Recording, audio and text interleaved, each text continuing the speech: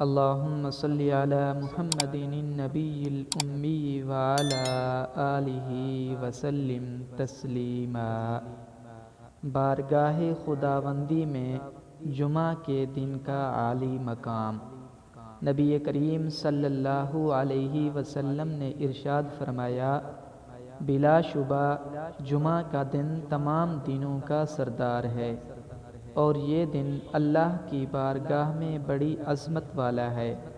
اللہ رب العزت کے نزدیک مرتبے کے لحاظ سے یہ دن عید الفطر اور عید الاضحیٰ سے بھی زیادہ افضل ہے۔ سنن ابن ماجہ۔ اللہ پاک ہم سب کو جمعہ کے دن کے حقوق ادا کرنے والا بنائے۔